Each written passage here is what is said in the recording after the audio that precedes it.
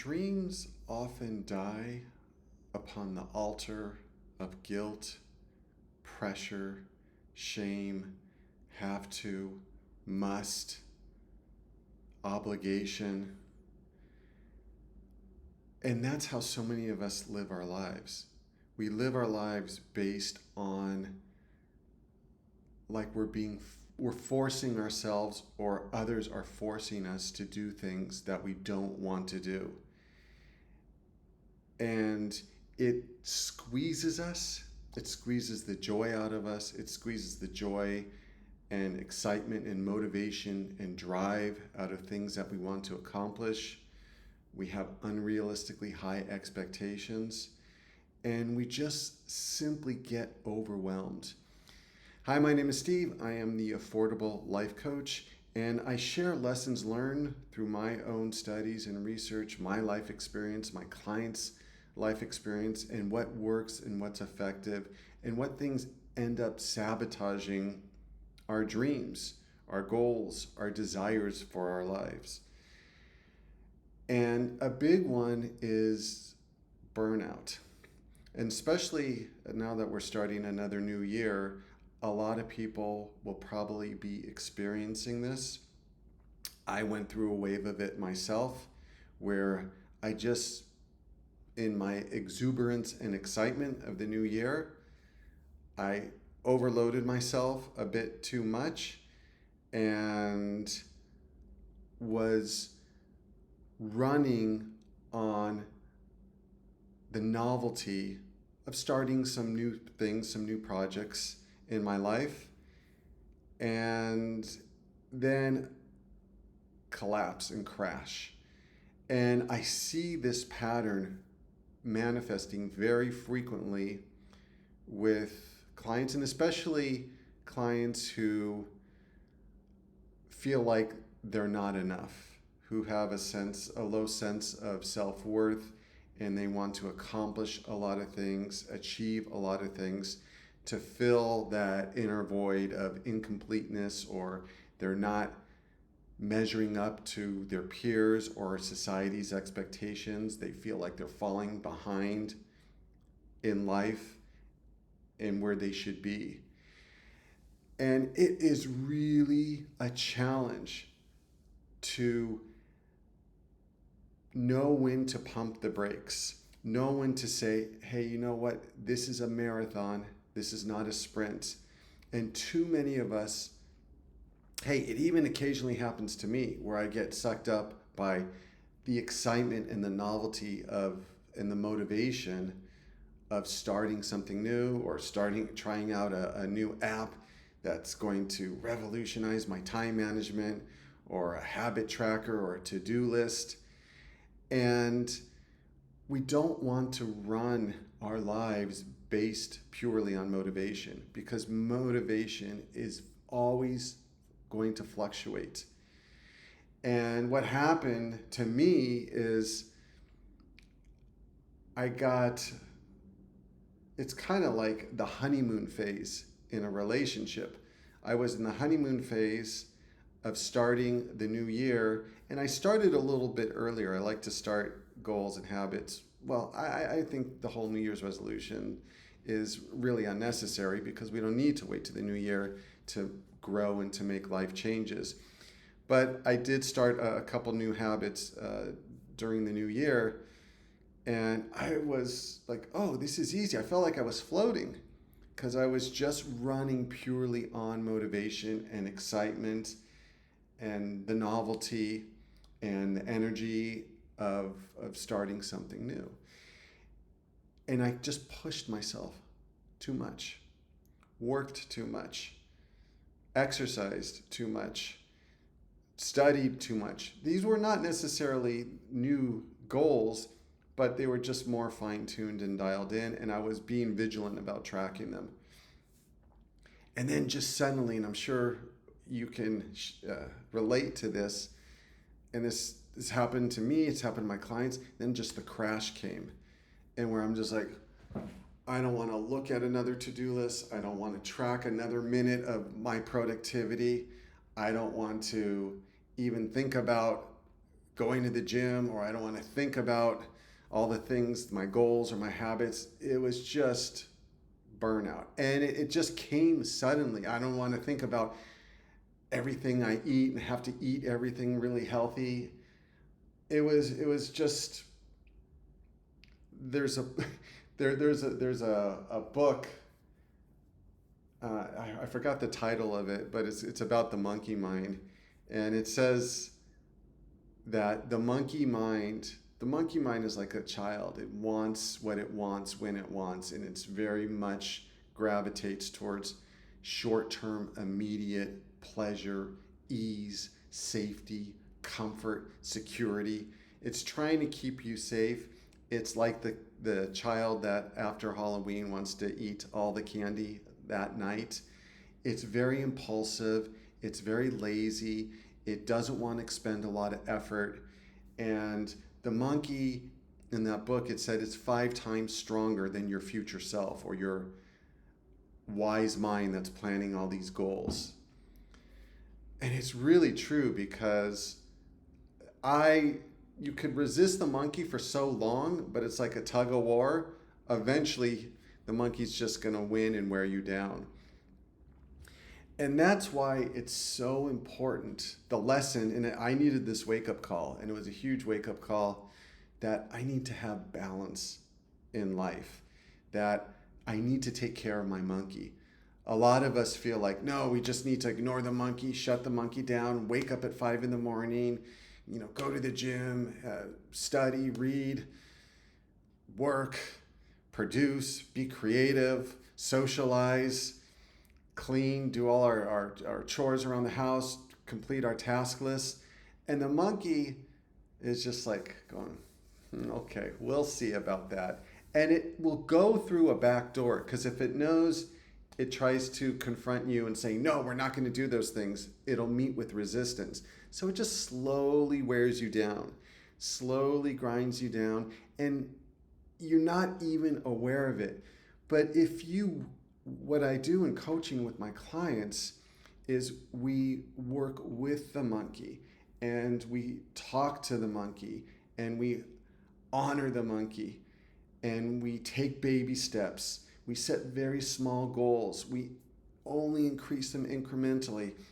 I'll tell clients, set the goal or habit up to make it so easy that you can't fail. And it's not about the success of the goal. What's the point of exercising 5 minutes? What's the point of reading for 5 minutes or even 2 minutes or 10 minutes? This is what I'll hear from my clients. It's not going to get me very far. And I say, we're not trying to accomplish you to be super fit. We're not trying to accomplish you being super knowledgeable by the books you're reading.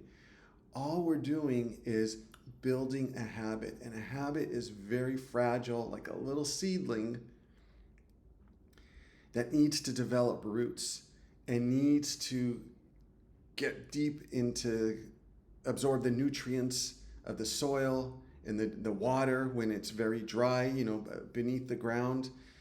And it takes time to build a trunk and to grow branches and leaves and produce fruit. And most of us are so impatient. And I got a little of that in the New Year's. I got caught up in it and I was impatient and I just turned up the dial on a lot of things that I was doing and added a few new things. And that was enough to tip the scales. And that's enough for the monkey to say, no way, game over, or this is not sustainable. And in a way, it's kind of good because a lot of people have the opposite problem, is they completely have beaten down their monkey or killed their monkey or just extinguished that counterbalance to a culture that worships on the altar of success, of fame, of money, of fortune, of power, of productivity, of having a really fit body or driving really nice cars. It lives on the altar of that. And when you don't feel spiritually whole and there's a void there And some of my toughest clients in this aspect of getting them to tap the brakes and slow things down, they're doing it not out of love, or they enjoy the journey or the process of what they're doing. They're doing it for the end result. You know, going to the gym, pushing themselves because look how muscular I am. Look how rich I am. And a big sense of their self-worth comes from the approval of other people. And that's something else we work on in coaching, is to wean yourself off the need for approval for other people, because that is not a healthy motivation or drive for a goal.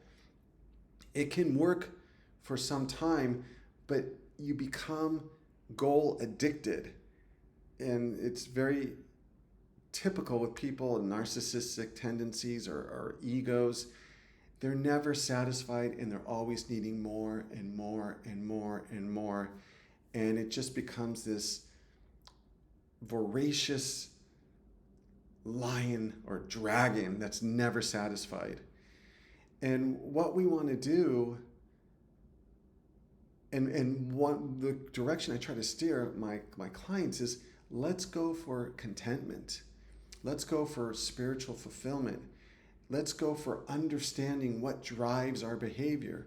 And most people, many people, I'm really surprised, but it makes sense because of what we consume, you know, online and what we see in our culture and in the media. It doesn't emphasize the need to go deeper. It doesn't emphasize the need to figure out, why am I doing the things I'm doing, and is it leading me to where I want to go long term in my life? And then when you start understanding, oh, I am people pleasing because I am fearful of disapproval. I have an unconscious or conscious value system that it's better to people please than to have someone disappointed, upset with me, or something that leads to an argument. And so what we want to do is do the deep inner work. And that's why coaching is so effective. There's so many clients or people that say, oh, I don't need coaching. And then once they give it a try, they're like, dang, man, there's some really powerful, deep stuff that I wasn't aware of that was driving behavior that was causing me to suffer, causing me to be unfulfilled. But that's the most important thing, is a sense of contentment. And when we're on this productivity treadmill, we have to ask ourselves, what's driving that behavior? I've experienced this. I have many clients experience this, where they feel a sense of guilt or shame when they're not being productive. And has our society and culture devolved to that point where people feel guilty about not being productive? And yes, it has. Now, I'm not saying that means we should be spending countless hours staring at a screen, but our body needs the down cycle. It needs to rest and recharge and rejuvenate. And we have a limited account of how much energy we can spend in a day. And that's really, I think, what happened to me, is I just spent more energy than I had in my body and my brain and my spirit had. And it just, I depleted it, completely depleted it. And then I crashed, and then I recharged. And it just like shut everything down. And that's a lot of what depression is like, it's just to shut you down, to figure out what's going on, to heal yourself and find a solution. I think that's a big part of it. And it was groundbreaking for me to realize, well, wait a second. And a lot of these things we know, but it makes a big difference to have somebody that can be a mirror for us and reflect back what's going on, because knowledge is not enough. We need support, we need gentle accountability, and we need someone that is going to guide us through the rough spots. And again, that's why my approach in coaching is very gentle but honest. And so then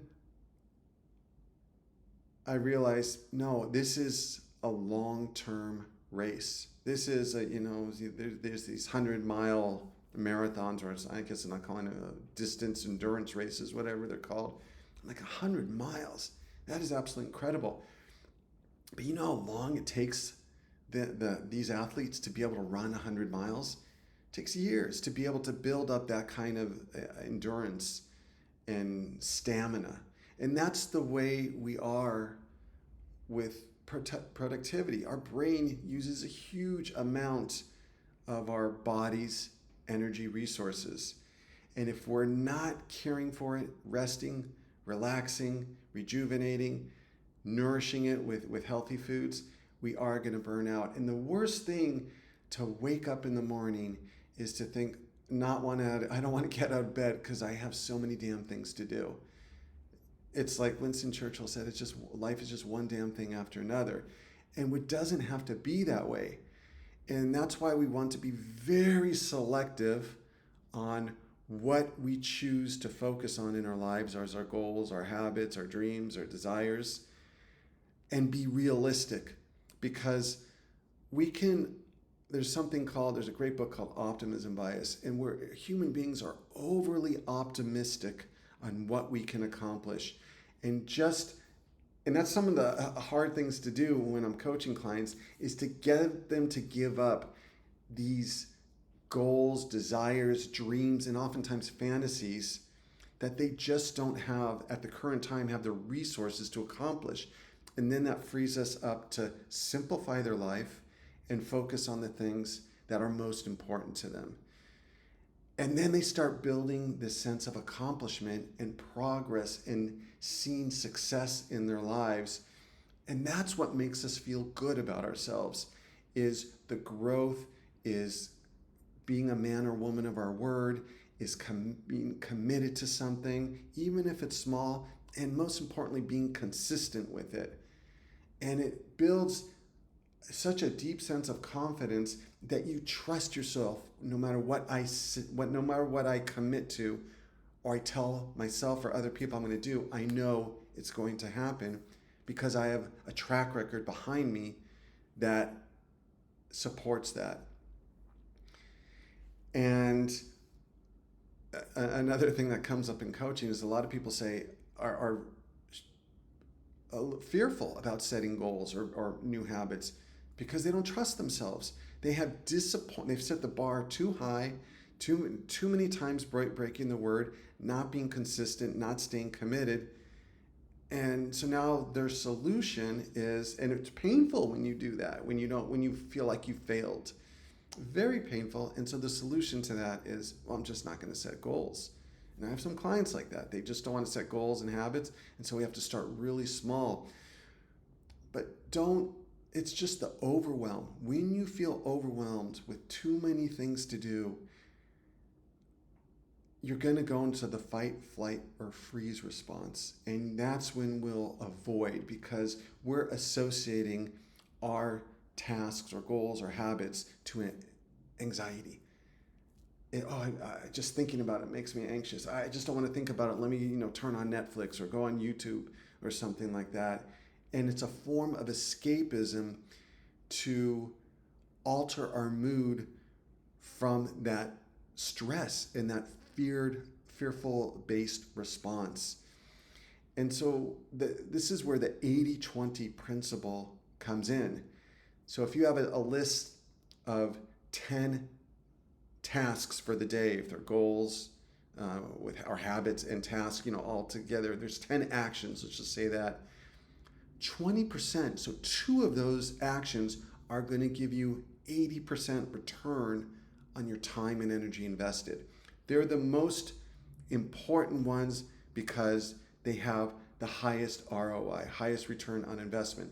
For me, for example, exercise has a huge return on investment because I feel much better, I feel more motivated, I'm healthier, I'm more alert. It also gives me a break from work, and it allows me to, when I go,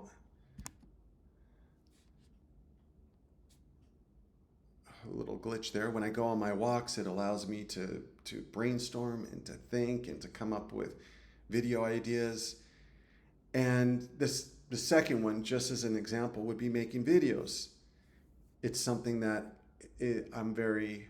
I love. I just love doing. It's something that helps my business to grow. It's something that people really appreciate and find helpful in their lives. And I can't tell you how many messages and emails I get of how appreciative, even though this is a very small channel, it does have an impact on people's lives. And that is something that has a high return on investment. That's my 20%. That gives me 80% reward. That's my purpose in my life, is doing this and coaching people and helping people. So that would be an example. And those two things are important, but not urgent. If I skip a day and sometimes, or skip a week, or sometimes even longer, nothing catastrophic happens. Or if I skip exercise, nothing catastrophic happens. It's not like if you don't show up to work and there's severe consequences, or you don't turn in a university homework project, there's going to be consequences. But those important but not urgent tasks are the ones that plant seeds for our future self. And those are the ones that produce the most fruit, where we start reaping the rewards of work and effort we did maybe 2 months ago, 3 months ago, 4 months ago, a year ago. And that's what makes us feel good.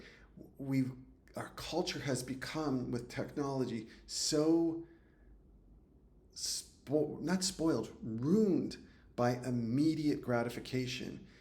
And my clients who are the unhappiest, who have low self-esteem, are the ones who give in to monkey mind and that its impulse for immediate gratification. You just don't feel good about yourself when your value system, and our value system is reflected in our actions. How we live our lives reveal our values.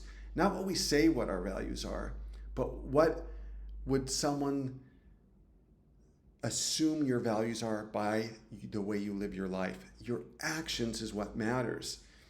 And our value system has our lifestyles become very safe, easy, and comfortable, and you could survive. You couldn't survive, hundreds of years ago with this type of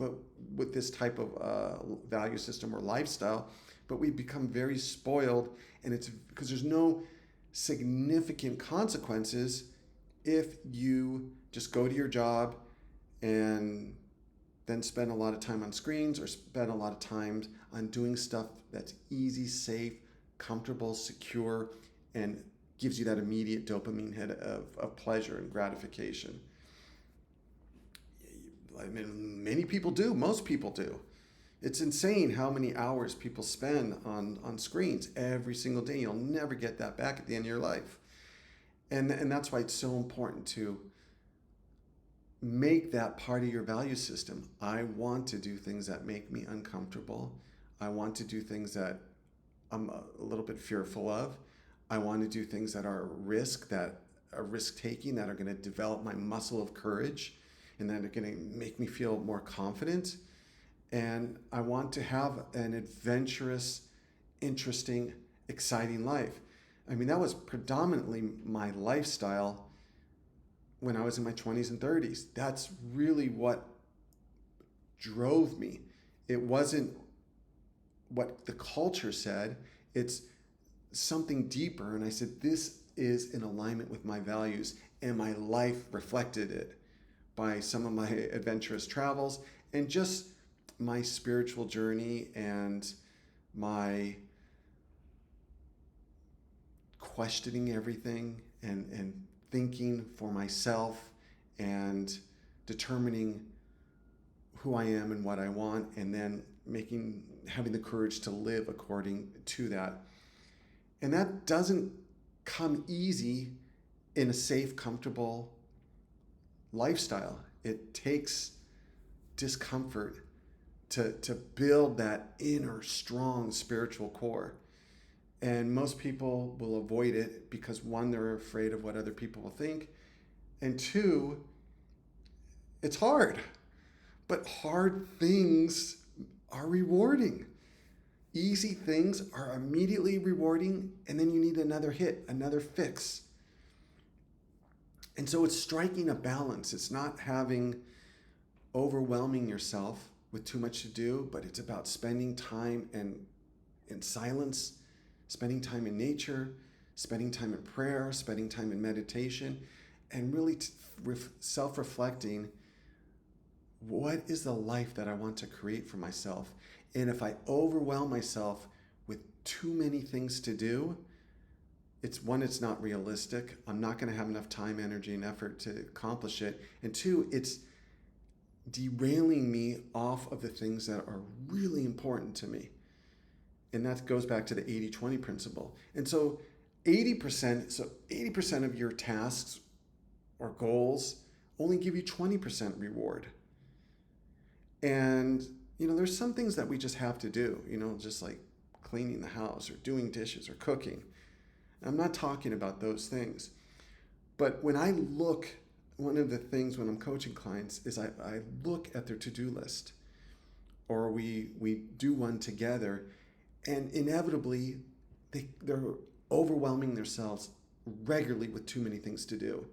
And when you don't have that focus, you spread yourself too thin, and then you're drained, angry, upset, overwhelmed, and the joy and exuberance of life is squeezed out of you because you just feel like you're on a to-do list treadmill.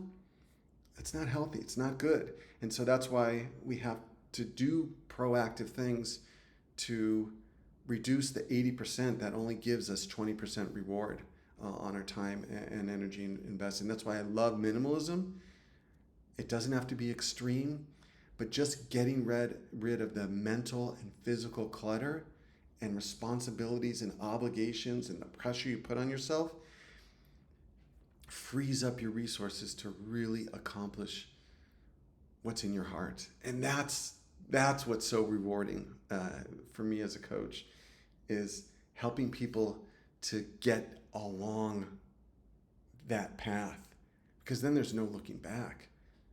And it just fuels you, so you're no longer feeling obligated. I should do this. I have to do this. I don't want to, but I got to. Or you pressure yourself. There's just so much pressure we put on ourselves, or we have unrealistically high expectations on what we think we can accomplish, and perfectionism. And so even when things are going well and you're like, oh, I'm doing this goal really well. That's a New Year's resolution, and it's already, mid-January, and I'm still doing well. And that's the time to dial it back. You want to leave your task, goal, or habit hungry, because then you're going to come back for another helping the next day or a couple days or next week. And we're overeating, we're overstuffing ourselves with just too many things to do. It drains us, and then we become angry, moody, frustrated, cranky, unhappy, and we can't figure out why. And some people will double down. I need to push myself more. That's why I'm unhappy. That's not how we're hardwired. We're hardwired to need time in solitude, to need social connections, to have hobbies that we enjoy, to have downtime in nature, to just, as cliche as it is, just stop and smell the roses. Just to breathe. I mean, how many times a day do you just take a 30-second break and just breathe deeply, slowly in and slowly out? We don't. We're constantly go, and fighting time, and it's exhausting, and then we can't figure out why we're not sticking to our goals, habits. And I would encourage you, I know this is my business, so I'm biased here, but man, coaching makes such a difference, even if you don't think you need it. And my prices are ridiculously affordable. I encourage you to give it a try. My email is in the description. And the consultation is free. It's complimentary with no obligation afterwards to see if this would be something that's a good fit for you. And if you want to see more videos like this, please expend a little bit of energy, like, comment, write a comment on what your thoughts are on this video or constructive feedback that you have for me in regards to this video. And if you want to see more videos like this, please subscribe. And I do have a PayPal link in the description if you'd like to support this channel. Even if it's a small donation, it means a lot because it inspires me to continue making videos. Thanks for tuning in. And I just summarize, apply the 80-20 principle, keep your goals, tasks, and habits really simple, and make sure that you are consistent and committed, because these are things that you want to do and no longer feeling like you have to. Until next time, bye-bye.